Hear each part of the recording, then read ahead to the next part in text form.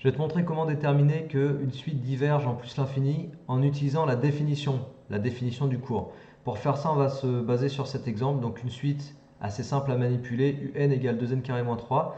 Quand tu cherches à établir, en fait, à utiliser plutôt une définition du cours pour faire des exercices, essaye de partir sur des exemples simples, comme c'est le cas avec cette suite, tu vois, pour bien comprendre le processus, bien comprendre comment ça fonctionne. Après, tu peux partir sur des exemples plus compliqués. Mais là, du coup, je vais te montrer comment ça fonctionne avec un exemple bateau. Un égale 2n carré moins 3, tu vas voir, ça va être très très facile à manipuler. Première question, conjecturer la limite de un. Alors, la limite de un, du coup, on va aller regarder.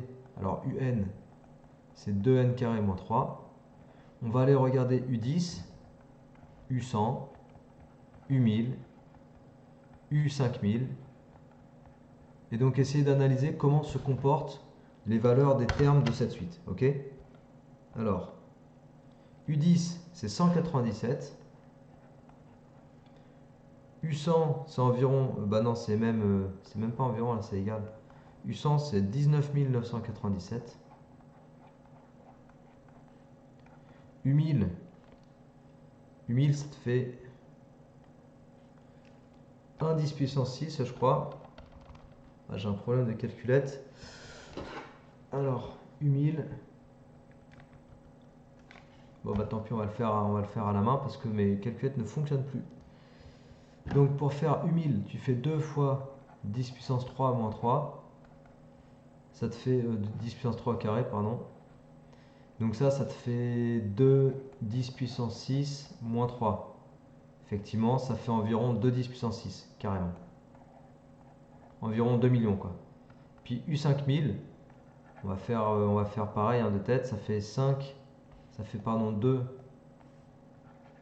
fois 5 10 puissance 3 au carré moins 3. Donc ça te fait 50 fois 10 puissance 6 moins 3. Ça fait environ 5 10 puissance 7. Ok? Donc quoi qu'il en soit, ça c'était juste pour te montrer en fait ce qui se passait. Les valeurs des termes, tu as vu, elles augmentent. Plus n augmente, plus les valeurs des termes augmentent. Du coup, il semble que la limite de un en plus l'infini soit égale à plus l'infini. Mais ça, c'est juste une conjecture. Maintenant, on va établir cette conjecture, on va la démontrer. Donc question B, déterminer un rang P tel que quel que soit n supérieur ou égal à P, un plus grand que 10 puissance 12. Donc on part de un plus grand que 10 puissance 12. Et puis ça, tu vois, on va le résoudre. Un, on va le remplacer par 2n carré moins 3, plus grand que 10 puissance 12. Donc on va isoler 2n carré dans un premier temps. Après, j'isole n carré tout seul. Et ensuite, j'isole n. Donc pour faire ça, il faut prendre la racine carrée. Et comme la fonction racine carrée est une fonction qui est croissante sur 0 plus l'infini, et qu'on est effectivement avec des nombres strictement positifs, du coup, l'ordre est conservé. Tu vois, le comparateur, il ne change pas. Donc ça te fait racine carrée de 10 puissance 12 plus 3 sur 2. Imagine, je vais dire n'importe quoi, mais imagine que ce nombre-là, ce soit 112,37. Vu qu'on souhaite que n soit strictement plus grand que ce nombre, on va démarrer à non pas 112 mais 113. Le premier entier plus grand que 112,37.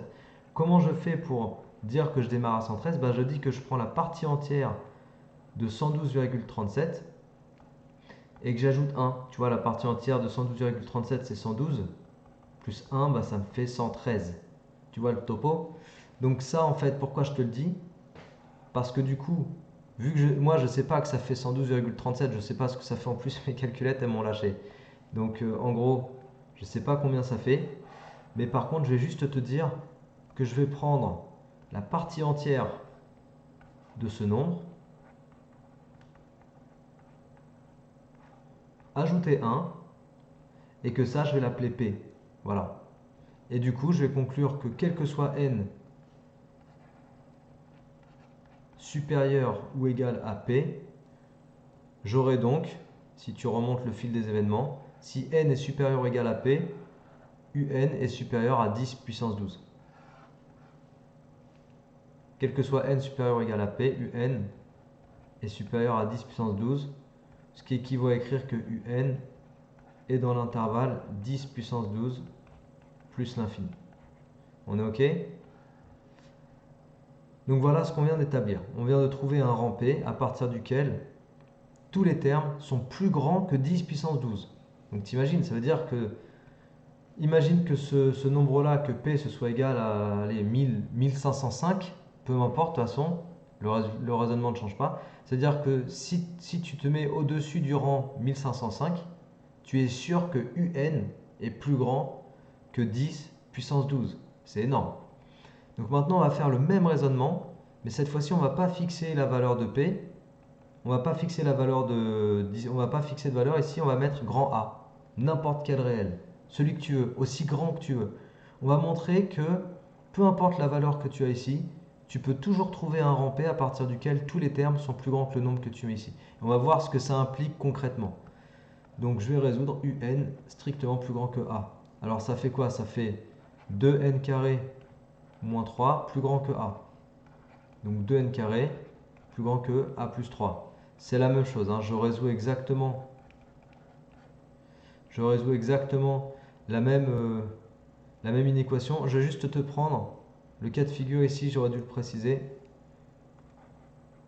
A, là dans mon exemple, on va considérer que c'est un réel positif, d'accord? A est un réel positif, aussi grand qu'on veut. Donc A plus 3 sur 2. Et là du coup, comme A est un réel positif, là tu n'as que des quantités positives, donc tu peux prendre la racine carrée. Tu vois, c'est pour ça en toute rigueur, il faut le préciser. Donc la fonction racine carrée, elle est croissante sur 0 plus l'infini. Du coup, le comparateur ne change pas de sens. Et ça t'amène à dire que n, s'il est supérieur à ce nombre-là, alors un est plus grand que a. D'accord? Donc maintenant, je vais appeler p l'entier qui est égal à la partie entière de ce nombre-là plus 1. Donc en gros, p, c'est l'entier naturel directement plus grand que ce nombre-là. Et du coup, avec ça, je peux conclure que quel que soit n supérieur ou égal à p, on a un qui est toujours plus grand que a. Donc imagine le truc. Peu importe le nombre a que tu choisis. Par exemple, tu me dis, moi, je choisis a égale 10 puissance 38. Je te dis, ok, tu me prends 10 puissance 38. Eh bien, il existe cet entier naturel p qui est égal à partie entière de racine de 10 puissance 38 plus 3 sur 2 plus 1. À partir de cet entier naturel, tous les termes de ta suite seront supérieurs à 10 puissance 38. Et tu me dis alors, ok, bah du coup, je vais choisir non pas 10 puissance 38, mais on va prendre 10 puissance 54. Ok, bah avec 10 puissance 54, je pourrais trouver un rang P à partir duquel tous les termes sont supérieurs à 10 puissance 54, etc. Et plus tu augmentes la valeur de A, plus la valeur du rang P à partir duquel tous les termes sont plus grands que le nombre que tu auras choisi sera grande, tu vois, le rang il sera de plus en plus grand. Mais c'est pas grave, tu trouveras toujours un rang à partir duquel tous les termes deviennent plus grands que le nombre que tu as choisi. Bah ça veut dire que ta suite elle est en train de décoller vers plus l'infini. Tu vois le délire? Et bien là, tu prouves par la définition, on va le marquer en rouge, ceci prouve que la limite de un quand n tend vers plus l'infini, c'est plus l'infini. Ok? Voilà, donc c'est comme ça qu'on utilise la définition d'une suite divergente pour démontrer donc qu'une suite diverge en plus l'infini. Et on peut même trouver l'expression du premier rang à partir duquel, quel que soit n supérieur à ce rang, tous les un sont plus grands que le réel que tu auras fixé au départ. D'accord?